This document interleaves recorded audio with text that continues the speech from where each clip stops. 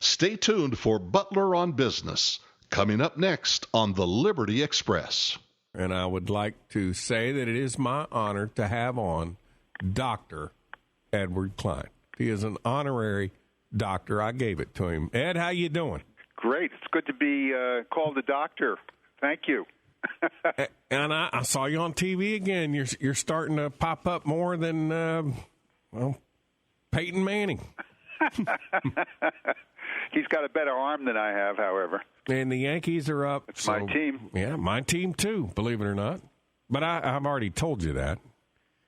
Did I not? Did. Yeah, I mean, it was a lot of my Atlanta buddies look at me kind of weird. I mean, the Yankees. I said, yeah, you don't remember those black and white Yankee games we used to get back in the early 60s?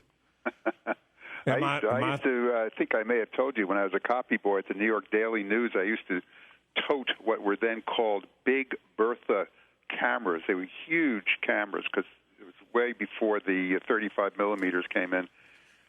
From the New York Daily News headquarters on 42nd Street to Yankee Stadium and the Polo Grounds and Ebbets Field where the Brooklyn Dodgers played.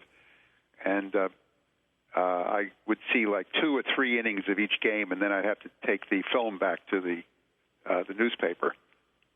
Well, if there is a Yankee game on television, it is broadcasting in my house, and everybody in the household has become a New York Yankee fan.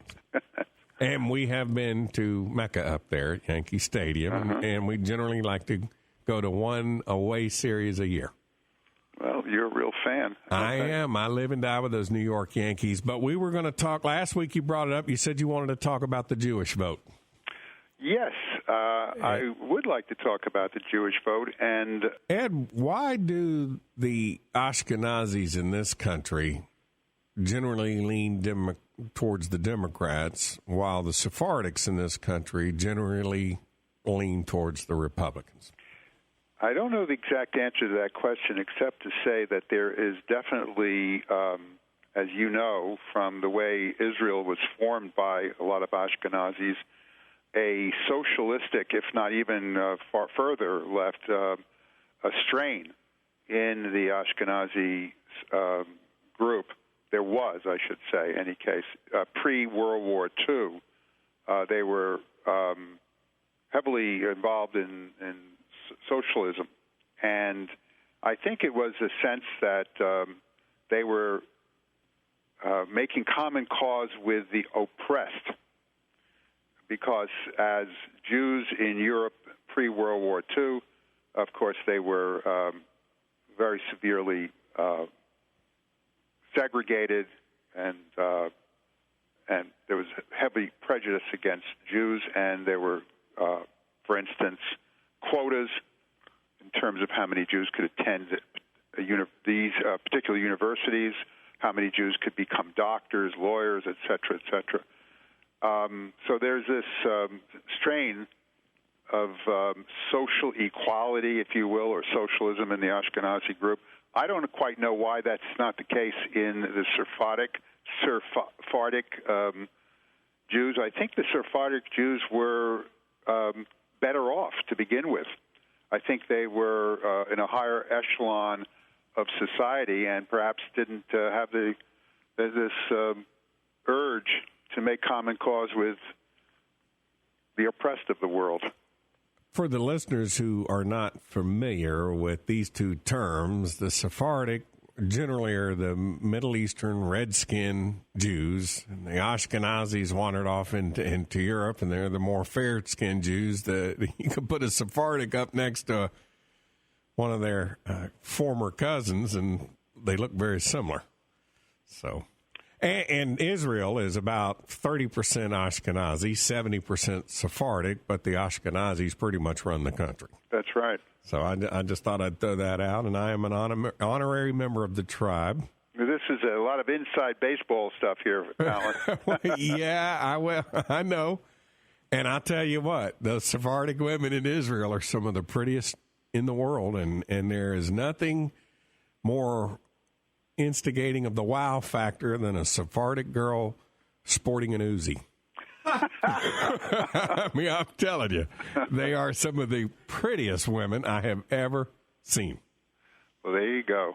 And we are speaking in broad generalities about how the Ashkenazis will vote and how the Sephardics will vote, but I know many of both, and I know generally, almost universally, Ashkenazis lean Democrat, Sephardics lean Republican. But oddly enough, the Ashkenazis here become quite conservative as it relates to Israel, just not as it relates to the United States, and that's the one thing I've never understood. Yeah, well, it's a real puzzle. There have been, as I think I said last time we spoke, many books written about this subject, not the least of which was Norman Podhoritz's book called Why Jews Vote Liberal or Are Liberal, or something like that, in which he tried to explain this common cause that Jews have made with the people who aspire to raise themselves up from a lower rung on the social economic ladder. The point I think should be made to your listeners, if I may say so, is that the Republican Party's platform of growth and prosperity and job creation will do more for this economy than top-down Washington-based entitlement state has obviously tried to and failed to do for the economy. And so the true champions of the underclass, of the oppressed, of the people who are living in less than comfortable conditions is, in fact, the Republican Party. And that's a story that the Republicans have always had a hard time telling because they've been categorized as the party of business and wealth. And, in fact, I think their policies are more compatible with getting people good jobs, increasing household income, bringing people out of marginal lifestyle, allowing people to get better education and to better themselves and their children and their grandchildren. And I will say, as a general rule, the Republicans have been better friends to Israel than have the Democrats, and particularly under the Obama administration. Well, that's certainly true.